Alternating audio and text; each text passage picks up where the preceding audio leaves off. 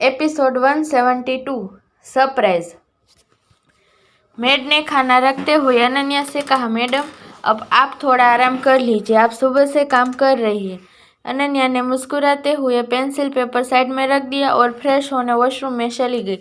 जब वो कमरे में वापस आई तो हैरान होते हुए बोली, तुम दोनों यहाँ? वंश अयान ना सिर्फ उसके रूम में थे बल्कि उसका खाना भी खा रहे थे। वंश बोला, अब आप यहाँ आकर हमको भूल गई, इसका मतलब ये तो नहीं हम भी आपको भूल जाएंगे। अनन्या हंसते हुए उनके पास आते हुए बोली, हाँ हाँ क्यों नहीं, मैं तो तुम दोनों को भूल ही गई। आखिर मुझे यहाँ आए सालों जो बीत गए। साल की बात छोड़िए मैडम, और यह बताइए आपका फ़ोन क्यों नहीं लग रहा? सुबह से 10 से ज़्यादा कॉल कर चुकी हूँ, एक बार भी तुम्हारा कॉल नहीं लगा। एकदम से आई इस आवाज़ ने अनन्या को फिर हैरान किया। साध्वी? अनन्या के फेस पर एक बड़ी सी स्माइल आ गई। तभी साध्वी ने कहा, क्या मैं कमरे में आ सकती हूँ? सुना है इस कमरे में आने की इजाज़त सिंघानिया परिवार को भी नहीं है। तुम्हें किसने बताया? अनन्या ने रिएक्ट किया। जवाब देने की बजाय साध्वी ने हल्के हाथों से कान के पास खुजली करते हुए कहा, क्या अब मुझे इसका जवाब भी देना पड़ेगा?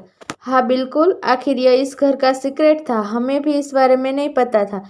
फिर डॉक्टर साध्वी, आपको इस बारे में कैसे खबर मिली? वंश ने क्यूरियस होकर साध्वी को देखते हुए पूछा। हालांकि उसके पूछने पर साध्वी ने नाक सिकुड़ ली। यह देख अनन्या ने कहा, कोई बात नहीं, छोड़ो अब इस बात को और अंदर आ जाओ, कोई कुछ नहीं कहेगा। अनन्या की बात सुनकर साध्वी कमरे में आ गई। मेड उन सभी के लिए और खाना ले आई। खाना खाते हुए अनन्या ने साध्वी से पूछा, वैसे तुम सब बिना रीज़न के तो नहीं आए होंगे, बताओ क्या बात है? साध्वी ने कहा, बात कुछ खास नहीं है, मैं सोच रही थी क्यों ना हम कुछ दिन के लिए ट्रिप पर चले, मैंने श्रुति से भी बात कर ली है। अब तुम बताओ, तुम हाँ बोलोगी तभी प्लान आगे बढ़ेगा। ट्रिप का नाम सुनकर वंश और अयान का चेहरा तो खुशी से चमक उठा। वहीं अनन्या पिछली बार की हुई किडनैपिंग को लेकर सोच में पड़ गई। वो जब भी बाहर गई थी खतरा उसके पीछे दौड़ते हुए आया था।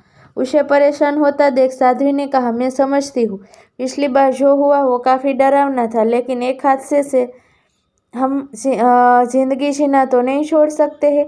अनन्या ने सिर हिलाया और कुछ पल रुक के बोली, मैं अरशद से बात करूंगी। चारों ने 4 घंटे साथ बिताए। रात में अनन्या को पता चला अरशद आज फिर घर वापस नहीं आएगा। वो उदास हो गई। उसने कई बार अरशद को कॉल लगाया, लेकिन अरशद ने एक बार भी उसके कॉल का जवाब नहीं दिया था और रिंग के बाद फ़ोन स्विच ऑफ बताने लगा। अनन्या उदास होकर सो गई। अगले दिन जब वो उठी उस अरशद की आवाज़ बालकनी से आई। वो किसी से फ़ोन पर बात कर रहा था। अनन्या ने कुछ देर उसे देखा, फिर बाथरूम में चली गई। उसने आज वाइट ड्रेस पहना था। अरशद को फ़ोन रखता देख उसने पूछा, तुम वापस कब आए? कुछ घंटे पहले, अरशद ने जवाब दिया और वॉशरूम में चला गया। अनन्या काफ़ी दिनों से अरशद के बिहेवियर में बदलाव नोटिस कर रही थी और आज तो अरशद ने उसकी तरफ एक नज़र देखा भी नहीं। बाथरूम के दरवाजे को देखते हुए उसकी आंखें भर आई, मगर जल्द ही उसने खुद को समझाया कि हो सकता है अरशद काम की वजह से परेशान हो। बालों को संवारने के बाद अनन्या ड्रेसिंग रूम में आ गई। उसने थोड़ा सोचते हुए वाइट कुर्ता पजामा निकालकर बेड पर रख दिया और कमरे से बाहर आ गई। सर्वेंट क्वार्टर के जिस कमरे में संगीता रहा करती थी, उस रूम में आज संगीता के पुण्यतिथि पर उनके लिए पूजा की व्यवस्था की गई थी। आधे घंटे में वहां अरशद भी आ गया। आज की यह पूजा उसी के हाथों संपन्न होनी थी। कुछ ऐसा ही माहौल बजाज बंगले का भी था। मिस्टर बजाज नीचे आए। घर में पूजा की तैयारियां देख उन्होंने मेड से पूछा, यह सब क्या हो रहा है? कैसी पूजा की तैयारी है ये? मेड बोली, साहब इस बारे में हमें भी कुछ नहीं पता, हमें अधीरा मैडम ने जैसा कहा था हमने सारी तैयारियां कर दी। जैसे ही मेड ने अपनी बात खत्म की, बजाज परिवार के पुरोहित बंगले में दाखिल हुए। मिस्टर बजाज ने पुरोहित जी को प्रणाम करने के बाद पूछा, महाराज यह सारी व्यवस्था, यह किस पूजन की तैयारी है? पुरोहित महाराज थोड़े हैरान होकर बोले, तुम यह कैसा सवाल पूछ रहे हो? आज तुम्हारी दूसरी पत्नी की पुण्यतिथि है, क्या तुम्हें अर्जुन ने इस बारे में कुछ नहीं बताया? मिस्टर बजाज के कदम सुन पड़ गए। वो कुछ कदम पीछे हुए, जैसे उनका दर्द एक बार फिर उनके सामने आ गया था। पुरोहित जी ने पूजा की सामग्री को जांचा। इसी बीच अर्जुन, अधीरा, कल्याणी जी भी हॉल में आ गए। मिस्टर बजाज के पास कहने को कुछ नहीं था। वो भूत बने बस खामोशी से यह सब होता हुआ देख सकते थे। आज का पूरा दिन इसी तरह बीत गया। शाम होते ही अरशद पैलेस से चला गया। अनन्या ने अरशद से बात करने की कितनी कोशिश की, लेकिन अरशद उससे बात करने में बिल्कुल भी इंटरेस्टेड नहीं था। इसलिए वो कमरे में आ गई थी और अभी वो अरशद को बालकनी से बाहर जाता देख सकती थी।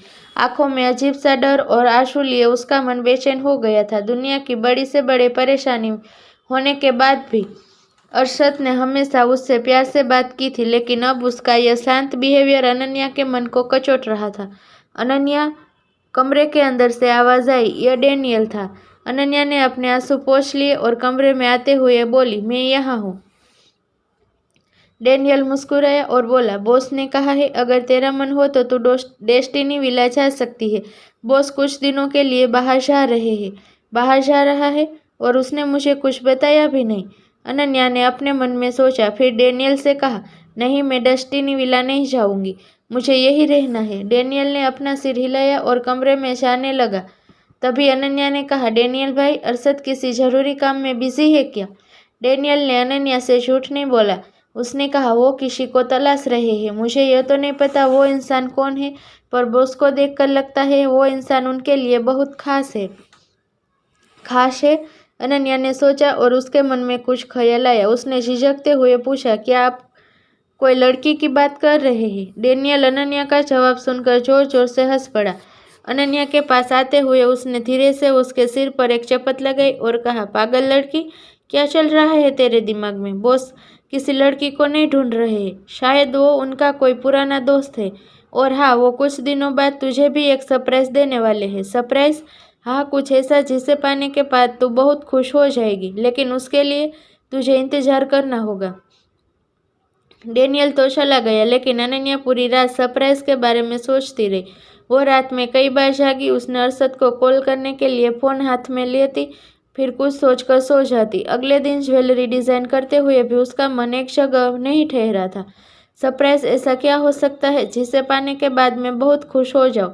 क्या यह एक वेडिंग हो सकती है? आखिर मैंने अरशद से कहा था मुझे एक प्रॉपर वेडिंग करनी है, लेकिन नहीं, अगर ऐसा होता तो अरशद मुझे पहले ही बता देता। जरूर कुछ ऐसा है जो मैं सोच नहीं पा रही। क्या हो सकता है? अनन्या बैठी इसी बारे में सोच रही थी, तभी दरवाजे पर दस्तक हुई। अंदर आ जाइए, अनन्या ने कहा और दरवाज़ा खुला। रामू ने दरवाजे पर से ही कहा, बड़े मालिक ने आपको बुलाया है। दादाजी मुझे क्यों बुला रहे हैं? कहीं उन्हें मेरे भाई बहन के बारे में तो बात नहीं करनी। अनन्या ने देर नहीं की और महेंद्र जी के कमरे में आ गई। आपने मुझे बुलाया? उसने जैसे ही ये कहा, महेंद्र जी ने आंखें छोटी करके उसे घूरा और अनन्या ने अपना सिर झुका लिया।